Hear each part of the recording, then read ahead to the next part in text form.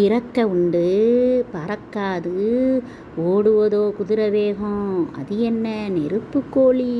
பூத்த போது மஞ்ச, காய்த்த போது சிவப்பு, பழுத்த போது கருப்பு. அது என்ன பேரிச்சம்பழம். அடிக்காமலை பிள்ளை அலறி துடிப்பான். சங்கு அக்கா ஒரு அக்கா 8 புடவைய கட்டுவா. வெங்காயம் நீந்த தெரியும் ஆனால் குளிக்க தெரியாது.